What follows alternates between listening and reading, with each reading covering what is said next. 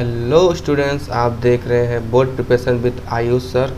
और आज आप पढ़ने वाले हैं टेंस।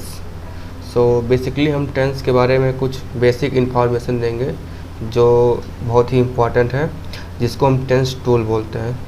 ठीक है, जिसमें सबसे पहले समझेंगे व्हाट इज सब्जेक्ट, सब्जेक्ट क्या होता है।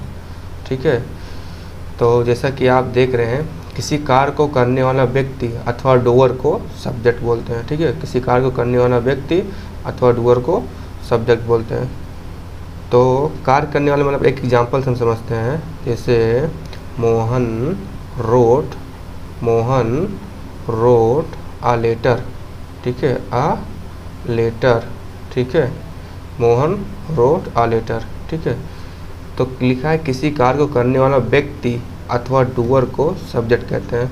ठीक है, तो यहाँ पर मोहन हमारा क्या है, ये डूअर है, ये काम को कर रहा है। मतलब रोट मीन्स क्या होता है, लिखना होता है, लिख क्या रहा है, लेटर। ठीक है,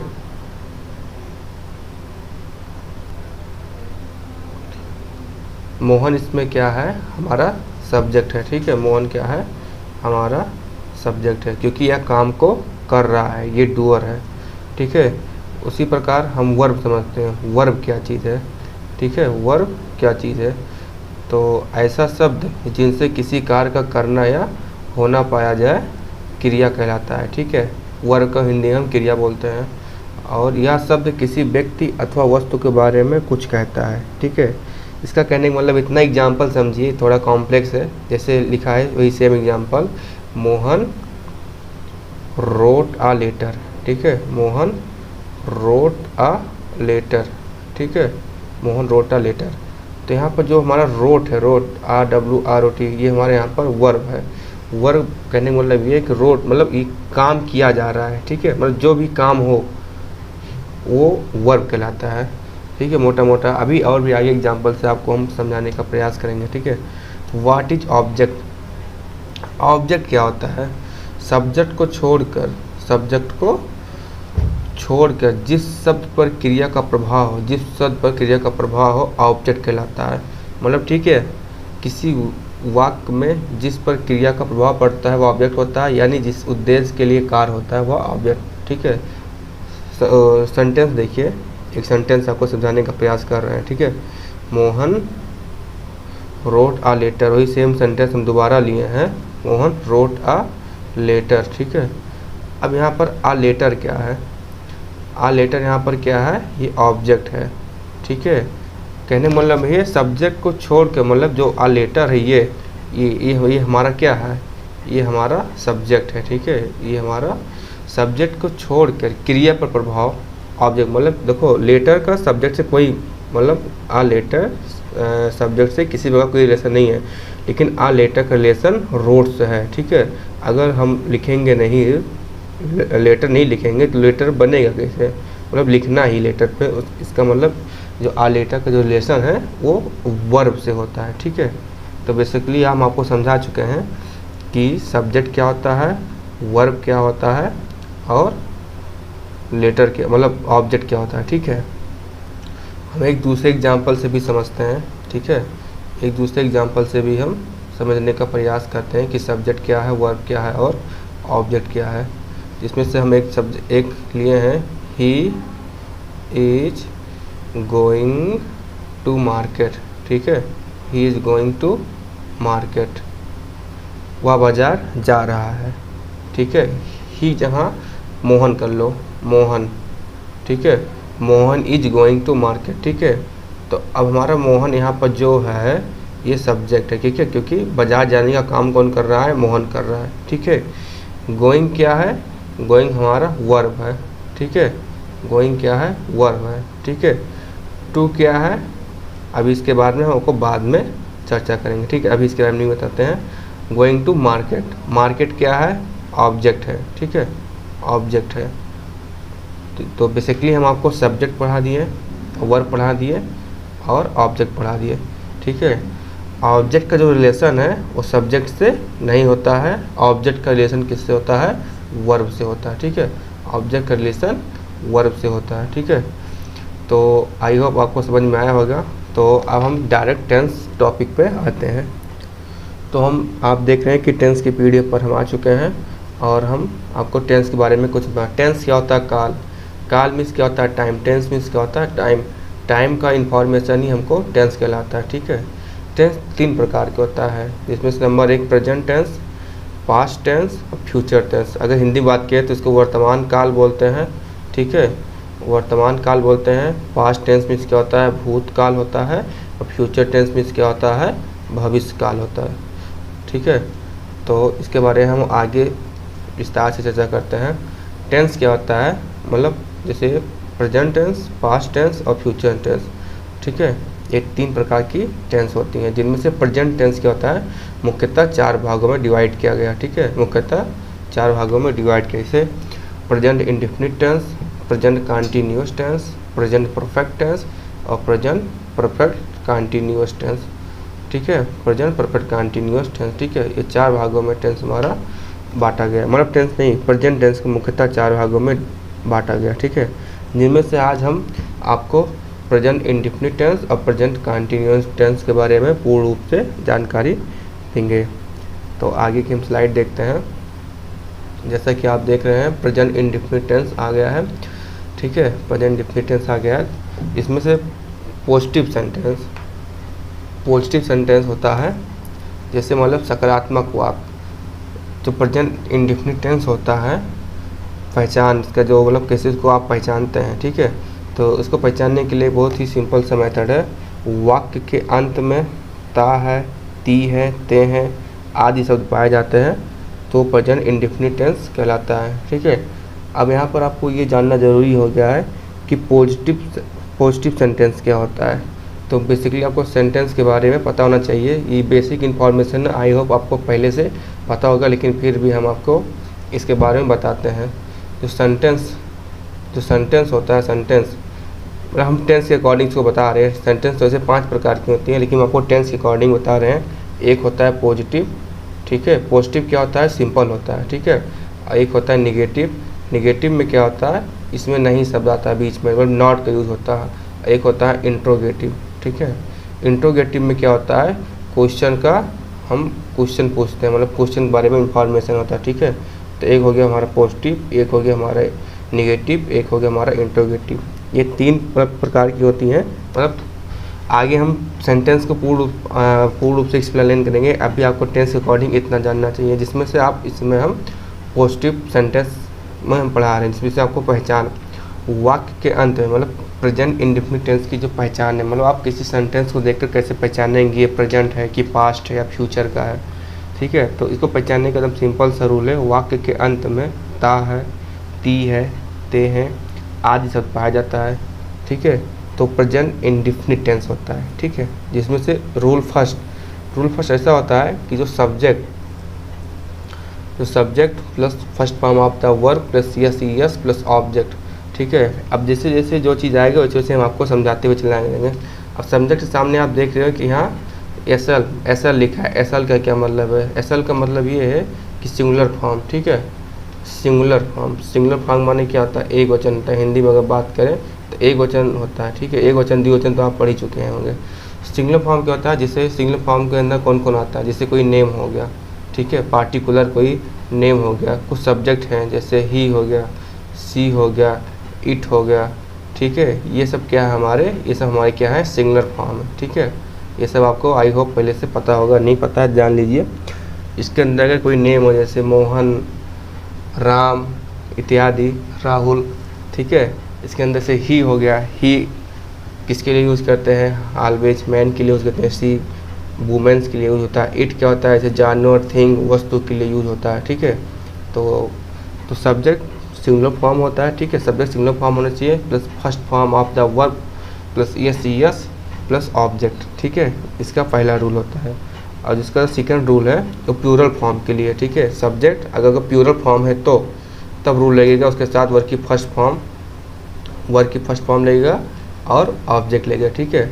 अगर सिंगुलर फॉर्म है तो वर्ब की फर्स्ट फॉर्म के साथ साथ यस और ईएस भी लगेगा, ठीक है। अगर प्लूरल फॉर्म है तो उसके साथ यस नहीं लगेगा, ठीक है। तो कुछ बेसिक एग्जांपल से हम आपको समझाते हैं, ठीक है। जैसे पॉजिटिव सेंटेंस को हम अफर्मेटिव सेंटेंस भी बोलते हैं, ठीक है। अब अभी आप बोलेंगे अफर्मेटिव सेंटेंस क्या है? तो ये जो पॉजिटिव सेंटेंस होता है इसको आप चाहे अफर्मेटिव सेंटेंस कहिए, चाहे आप इसको पॉजिटिव सेंटेंस कहिए, बात दोनों एक ही है, ठीक है। जैसे मैं आपको कुछ एग्जांपल दे रहा हूँ, मैं अपना पाठ याद करता हूँ, ठीक है। हिंदी में मैं अपना पाठ याद करता हूँ। तो हमने बताया था कि पहचानने का तरीका क्या है कि वाक्य के अंत में ता है, देखो ता है आया है, इसका मतलब क्या हुआ, ये प्रेजेंट इंडेफिनिट टेंस है, ठीक है। अब अगर आप इसको बनाना होगा तो क्या होगा, आई लर्न माई लेसन, जैसे मैं है, मैं क्या है, आई क्या है, प्लूरल फॉर्म है, ठीक है। तो इसका रूल हमने आपको बताया था, सब्जेक्ट प्लस वर्ब की फर्स्ट फॉर्म प्लस ऑब्जेक्ट। तो सब्जेक्ट क्या हो गया हमारा, आई हो गया, ठीक है। अब यहीं से आप सब्जेक्ट ऑब्जेक्ट वर्ब के बारे में अच्छे से जानकारी ले लेंगे। लर्न क्या है हमारा, वर्ब है, ठीक है। अब माई लेसन क्या है हमारा, ऑब्जेक्ट है, ठीक है। तो यहाँ पर ऑब्जेक्ट का काम कर रहा है, यहाँ पर माई लेसन जो है वो ऑब्जेक्ट का काम कर रहा है, ठीक है। तो मैं अपना पाठ याद करता हूँ, आई लर्न माई लेसन, ठीक है। सीता एक मधुर गाना गाती है, Sita sings a sweet song, ठीक है। अब सीता एक नाम है, ठीक है। तो ये क्या हो गया, सिंगुलर हो गया। सिंगुलर फॉर्म के लिए मैंने आपको यहाँ पर रूल बताया हुआ था कि अगर सिंगुलर फॉर्म आ रहा है तो यहाँ पर subject plus first form of the verb plus S plus object, ठीक है। ये सिंगुलर फॉर्म के लिए रूल है। तो इसी प्रकार आप देख रहे हैं, सीता एक मधुर गीत गा रही है, Sita sings a sweet song, ठीक है। तुम एक पत्र लिखते हो, ठीक है, ते हो यानी प्रेजेंट इंडेफिनिट हो गया, ठीक। तुम हो, तुम मिस यू मिस क्या प्लूरल फॉर्म है, ठीक है। You write a letter, write क्या हमारा वर्ब है, ठीक है। यस नहीं देगा क्योंकि प्लूरल फॉर्म है। वे अपना पाठ याद करते हैं, दे लर्न देयर लेसन, ठीक है, दे लर्न देयर लेसन। वह स्कूल जाता है, ही गोज टू स्कूल। वह ता है प्रेजेंट इंडेफिनिट हो गया, वह है ही फर्स्ट मतलब सिंगुलर फॉर्म हो गया, यानी फर्स्ट फॉर्म लगेगा, उसके साथ यस का प्रयोग भी होगा, ठीक है। हम हॉकी खेलते हैं, बी प्ले हॉकी, ठीक है। सो हम आगे बढ़ते हैं और नेक्स्ट पैराग्राफ पे चलते हैं, ठीक है। जैसा कि आप देख रहे हैं नेगेटिव सेंटेंस आ गया, ठीक है। नेगेटिव सेंटेंस में क्या होता है, हमने आपको बताया कि इसमें वाक्य के बीच में नहीं शब्द का प्रयोग होता है, ठीक है, जिसके लिए हम क्या लगाएंगे, नॉट लगाएंगे, ठीक है। नेगेटिव सेंटेंस को हम क्या बोलते हैं, नकारात्मक वाक्य भी बोलते हैं, इनके बीच में नहीं शब्द का प्रयोग हुआ रहता है, ठीक है। और सहायक क्रिया, अब आप सोचेंगे सहायक क्रिया क्या चीज़ है, ठीक है, डू या डज, इनमें डू या डज सहायक क्रिया का प्रयोग, सहायक क्रिया में क्या होता है, हेल्पिंग वर्ब होता है, ठीक है, HB हेल्पिंग वर्ब होता है, ठीक है। डू किसके साथ लगता है, डू सिंगुलर सब्जेक्ट, अगर सिंगुलर सब्जेक्ट आ रहा है तो डू लगेगा, ठीक है। डज किसके साथ लगेगा, डज किसके साथ लगता है, प्लूरल सब्जेक्ट से लगता है, अगर प्लूरल सब्जेक्ट आ रहा है तो डज लगता है। अब आपको हम थोड़ा सा बता दे रहे हैं कि अगर सिंगुलर सब्जेक्ट, ठीक है, वर्सेस प्लूरल सब्जेक्ट होता क्या है। सिंगुलर में क्या होता है, जैसे कोई नेम आ गया, ठीक है, ही हो गया, ठीक है, सी हो गया, ठीक है, इट हो गया, ये सब। प्लूरल में क्या आता है, जैसे आई हो गया, ठीक है, आई वी हो गया, ठीक है, आई वी यू हो गया, ठीक है, दे हो गया। तो ये सब प्लूरल फॉर्म में या ये सब प्लूरल सब्जेक्ट हैं, ठीक है। तो पहचानने के बहुत आसान तरीके हैं। तो आगे बढ़ते हैं हम, इसके कुछ बेसिक रूल है, ठीक है। रूल ये है कि सब्जेक्ट प्लस डू या does plus not plus first form of the verb plus object. बस इसमें केवल उतना ही हुआ है कि इसमें डू या डज और नॉट एक्स्ट्रा आएगा। नॉट इसलिए आया है क्योंकि निगेटिव सेंटेंस है, ठीक है, ये निगेटिव सेंटेंस है, ठीक है। और डू या डज इसलिए आया है क्योंकि ये इसका हेल्पिंग वर्ब है, ठीक है, ये प्रेजेंट इंडेफिनिट का हेल्पिंग वर्ब है, ठीक है। कुछ सेंटेंस हम समझते हैं, ठीक है। पहला हमारा सेंटेंस है, वे हॉकी नहीं खेलते हैं, ठीक है। वे, अब देखिए ते है मतलब प्रेजेंट इंडेफिनिट हो गया, ठीक है। वे मीन्स दे, ठीक है, दे मीन्स प्लूरल है, और प्लूरल के साथ क्या लगता है, डू नॉट। आगे हम पढ़ा चुके हैं, पीछे हम पढ़ा चुके हैं, डू लगता है, ठीक है।